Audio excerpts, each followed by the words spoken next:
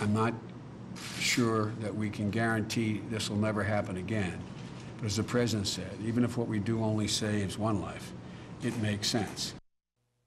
At every level, our country's leaders are taking a hard look at gun control and how to make our country a safer place to live. Now, here in the Southern Tier, a local gun shop is preparing for the ripple effect if new laws are put in place. Good evening, everyone. I'm J.B. Buno. Thanks for joining us here on the late edition in High Definition. In Washington, Vice President Joe Biden, who you just saw, is leading a gun task force committee to discuss law changes that could curb the nation's recent trend of gun violence. Here in New York State, Governor Cuomo is vowing to make the state's gun laws the strongest in the country. Now, on both levels of government, changes to gun control laws could soon be on the horizon.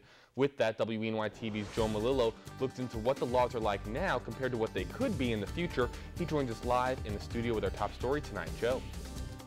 JB, gun advocates I talked to today say getting a New York State pistol permit is very difficult, and the rules in place right now make it hard to get any other gun as well.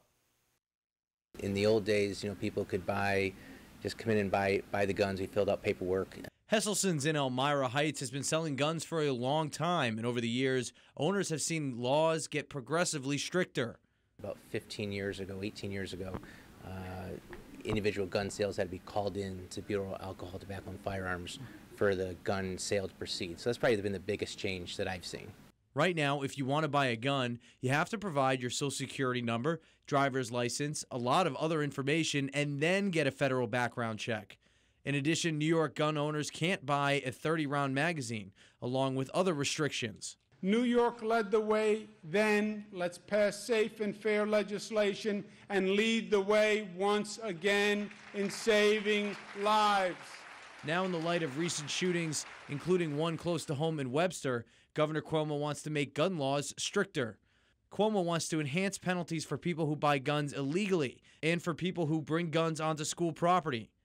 Cuomo also proposed getting mental health professionals involved to monitor individuals who might be unfit to own a gun.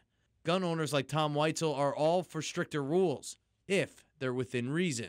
The biggest thing is that they just keep on trying to limit things, and as long as they limit things within reason and still keep in mind that if you're a law-abiding citizen and use guns the right way, that we shouldn't be prohibited from owning firearms or ammunition.